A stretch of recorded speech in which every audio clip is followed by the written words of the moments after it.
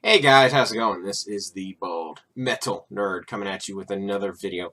And in this one, I thought I would revisit a topic I just recently covered. I was talking about replay gain and all that, but I didn't really go over a lot of the good settings, how to really truly utilize it properly.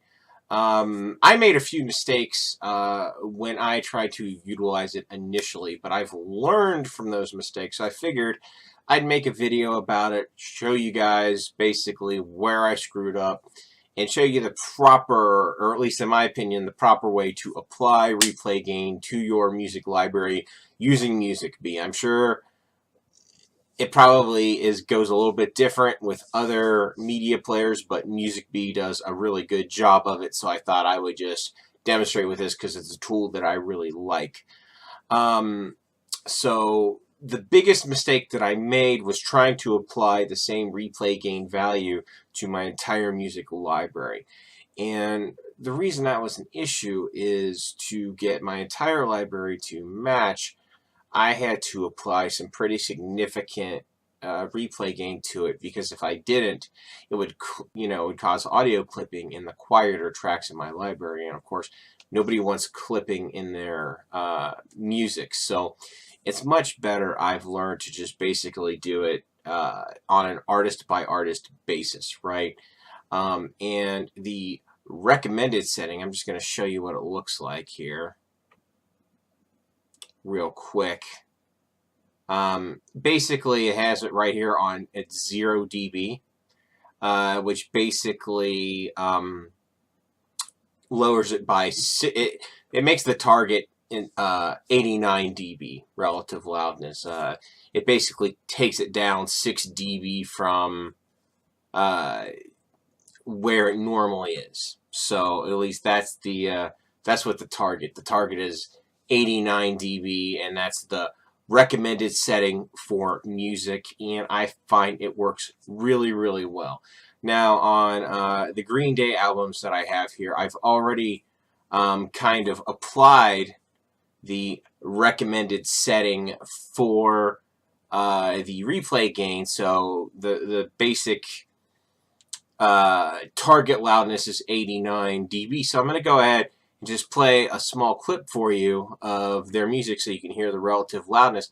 Then I'm going to play a little bit of the next artist, and you'll see that because this artist here, Grip Inc., was set to what I originally set basically for the whole library, it's in my opinion, turned down too much for that artist. So let's go ahead and we will briefly listen here to a little bit of this, and then we'll switch. So just here's a little bit of Green Day so you can get a relative idea of what the recommended loudness is like.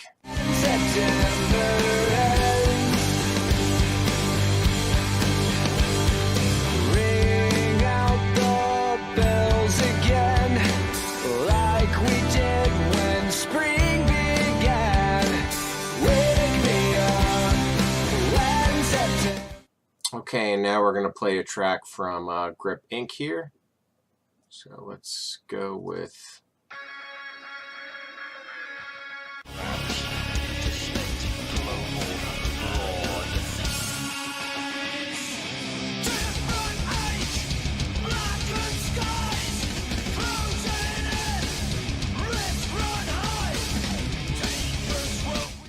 Okay, as you can hear, that is significantly quieter than the Green Day track. So I'm going to go ahead and set, I'm going to just basically set the Grip Inc. to the recommended loudness, and then we're going to listen to 2 tracks from those artists again, and then you'll see they're going to be at the same relative loudness. Now, when you're doing this, when you send them to the replay gain to be analyzed, I would definitely recommend just leaving all of these boxes checked. Basically, it'll check it on a track and album basis. So it'll basically try to keep the dynamics of the album together as long as you have that box checked. Because amazingly, these two things can work together. You can do it. I've tested this with, just one or the other, and it basically works very similarly, and they can live together in harmony. So I leave these both on the track and album basis. And of course, you do want replay gain to alert you if it's going to cause clipping. So let's go ahead, and right now we have it on the recommended 0 dB. So we'll hit proceed here.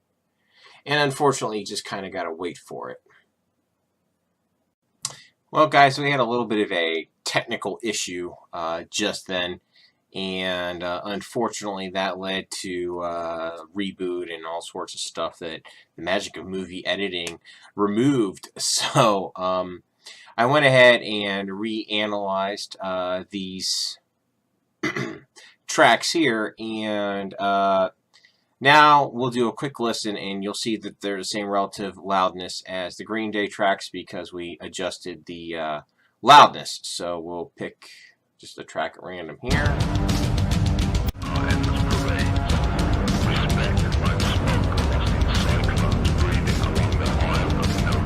Skip ahead a little bit. Okay, that's not great. There we go.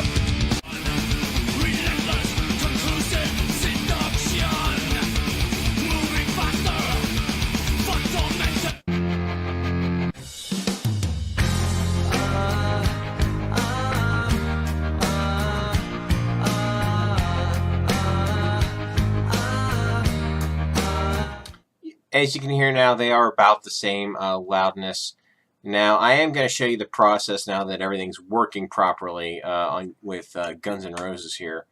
And as you can see, the tags here at the end, you see where it says track gain. Like on this one, it says, for example, the very bottom one says negative 14.4 dB. But if we put this on the recommended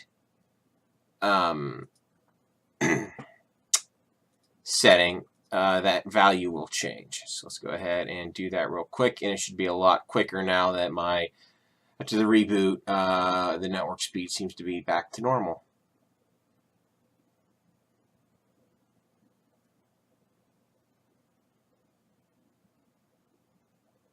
And yes, this is a slightly tedious process, but you really only have to do it once per artist, so it's not too bad. It's only bad if you do your whole library at once. That can take hours.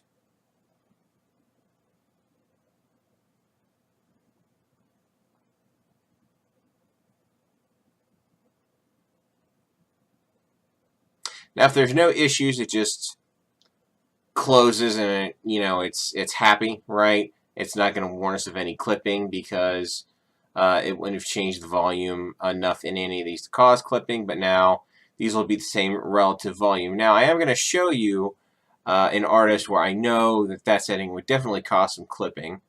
Let's go ahead and go to Pink Floyd here. And this is why you want to have it alert you if there's going to be clipping. So let's go ahead and just choose all the tracks.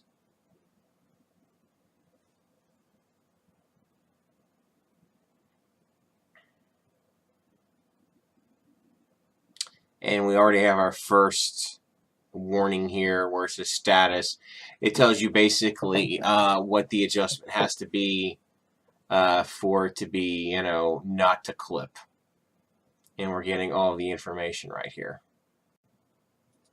Okay, so basically what you would want to do in this case is you'd say, okay, you're going to look for whichever is the largest number to basically make this artist all the same relative volume. You're just going to look like, okay, where's the highest number? I think it was like 4 point something dB. So we're going to find that one. All right, negative 4.2 dB. So, okay, well, we don't want it to clip. So we'll go ahead and we'll back this down to negative 4.5 dB. And now this will not be the same relative loudness as the majority of my library. It will be quieter, but it won't clip, which is something we definitely don't want. So we're going to go ahead and hit proceed. And now with this adjusted setting, it'll go through and it won't spit out any errors. It'll just close and it'll be fine. Okay, and as you can see, it didn't throw any errors. I was like, hey, this is going to clip. So it's just fine. So that's basically it. That's kind of the, in my opinion, the best practice for how to do this. Now, I will link in the video description below an article to basically that explains all this in even better detail than what I linked to in my original video on this. Also, I'm going to throw in a few real-world listening tests where I'll be playing some music through my loudspeakers with my dB meter. That way you can truly as well as here, you can visually see the difference that this makes. So we'll be getting to that next. So I will see you guys in a little bit. Alright guys, here's that first real-world example that I wanted to cover. And in this one, I'm going to demonstrate the volume difference and really a big folly of trying to do your entire library at once. Basically, I've gotten down to this artist here is Iced Earth, and the recommended settings are applied to that artist, and the much quieter settings are applied to the following artist, Imagica. So what we're going to do is we're going to listen to a little bit of Iced Earth so I can show you how loud it is, and then we're going to move down to the next artist. So pretty simplistic, so let's go ahead. We're going to listen to a little bit of Iced Earth here at the recommended setting. And I'll get my handy dandy dB meter so you can see how loud it is, and then we're going to do, then we're going to jump down. So let's go ahead and start.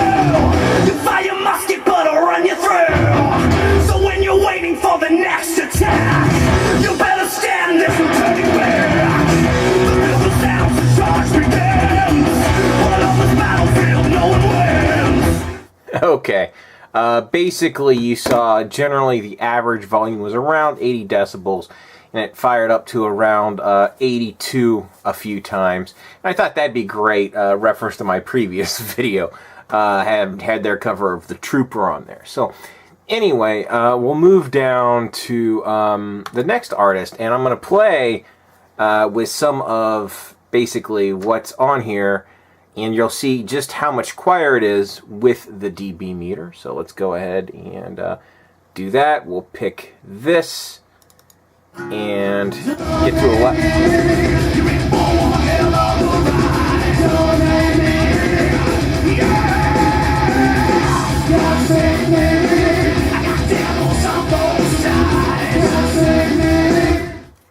And we're going, you know, it's generally bouncing between about 72 to 75 dB. So what I'm going to do now is I'm going to go ahead and apply the recommended settings here to this one. And it's definitely going to raise the volume, but again, we won't clip. So we got set to 0 dB there, and here we go.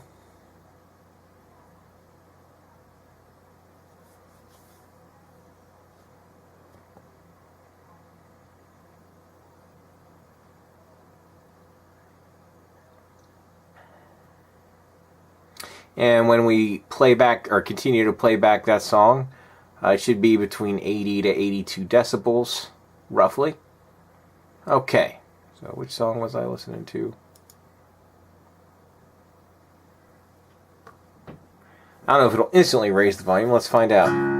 Oh, it resets it. Okay, so.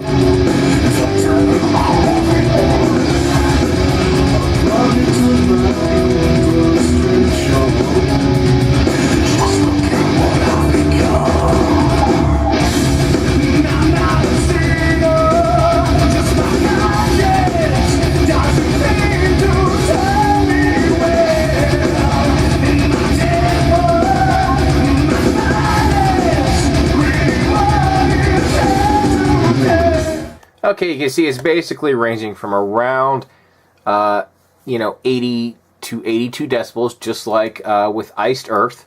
So basically we now have two artists that are basically playing at the same volume because we have the same settings applied to them. So I'm going to go ahead and turn off replay gain real quick just to see how much different it is. So let's go ahead and we'll go to, yep, and we'll turn that off. There we go. It's off. I'm actually going to turn down my stereo a little bit, the volume, because I don't know how much louder it will be without the replay gain. It'll probably be a bit louder. So we'll kind of listen to the same two tracks again and just see how much difference we get. So, oh yeah, I got to turn it down a bit more. Turn it down a bit more. Let's get a good.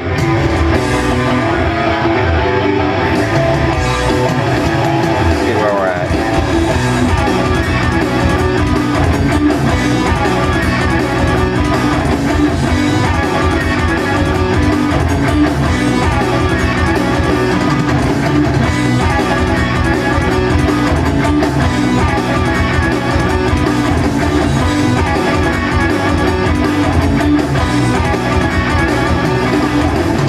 You take my life, but I'll take yours too. You fire a musket, but I'll run you through. So when you're waiting for the next attack, you better stand, there's no turning back. The building's down, so charge me back. Okay, it looks like it was jumping between at the lowest 76 and the highest around 81. So let's find the song I was listening to here. We'll just pick one at random. I think this is, there we go.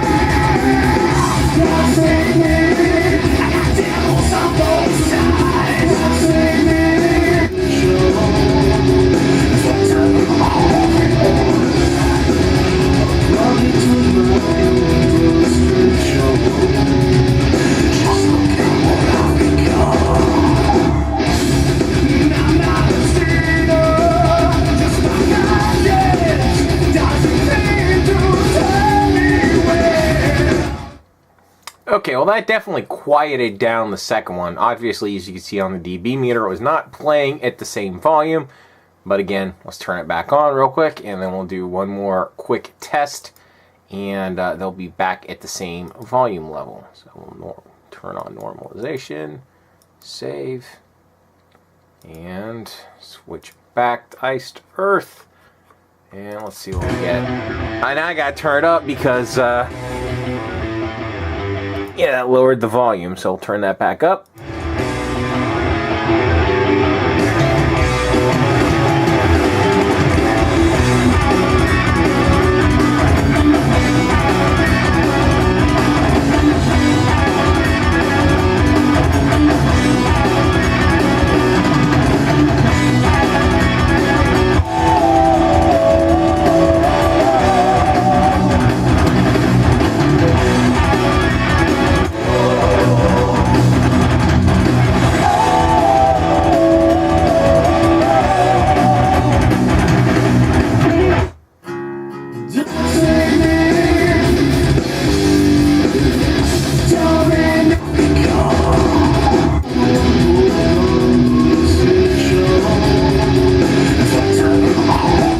As you can see, that boost, they're roughly the same volume now again. So that gives you a really good real world example of what this does. It's basically just a volume control. It makes things that are too loud softer, and things, you know, it's literally just volume normalization. It's just a volume control. So anyway, that's it for this demo. On to the next part. Alright guys, as I was doing more listening, I really wanted to verify that all that replay gain did was lower the volume in the file. So I said, well, how can I do that? Well, obviously I said I can just compare the actual physical CD to the file, right? And do fast switching between the two of them, see if I could hear any differences. Well, when I initially did that, of course, the volume on the CD was much higher than the file with the replay gain tag attached to it. So I was like, well, how can I make the volume the same? Then it occurred to me, well, I have a graphic equalizer. So all I had to do was basically, obviously I gave it a flat EQ because I don't want it to accentuate any frequencies over any others. I want them to sound as identical as humanly possible. So all I did was just lower the volume across the left and right channel, all the bands on the graphic equalizer, to basically get them to the same volume. So that being said, we're going to do some listening, and we're going to be switching back in between the file and the CD. And as I switch, I'll shout out which one we're listening to. Also, just so you guys know, there's no volume funny business going on. I'll have the dB meter shown so you guys can see, yeah, it's basically the same decibel level. And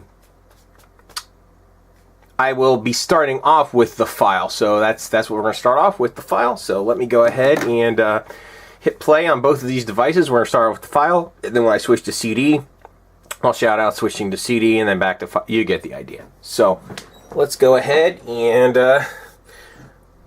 rock and roll here.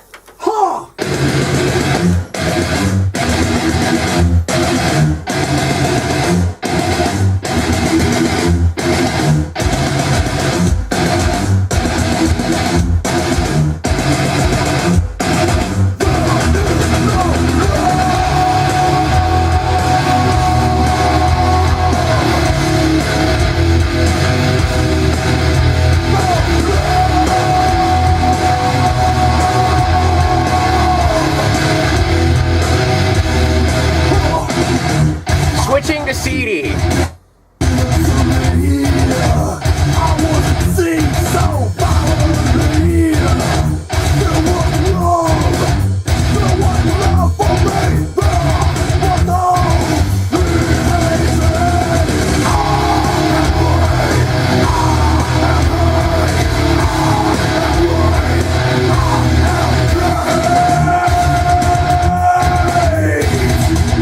Back to file.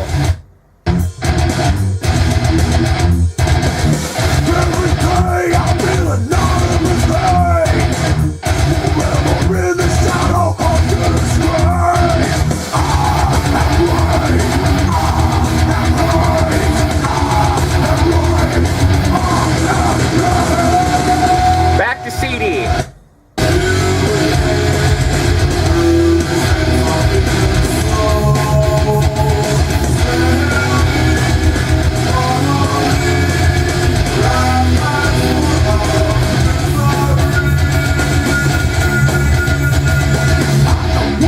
Back to file.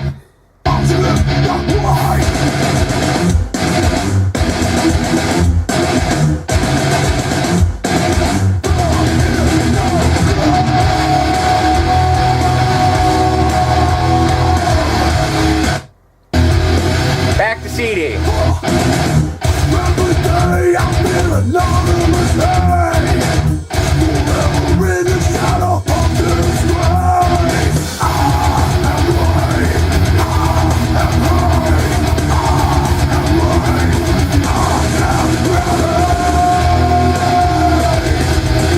Back to file.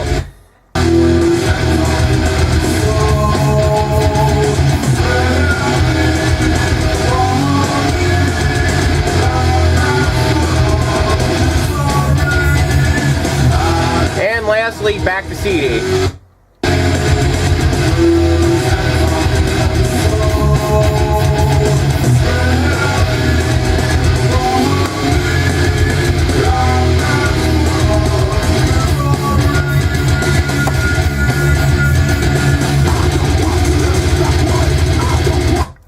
Okay, what can we suss out from that?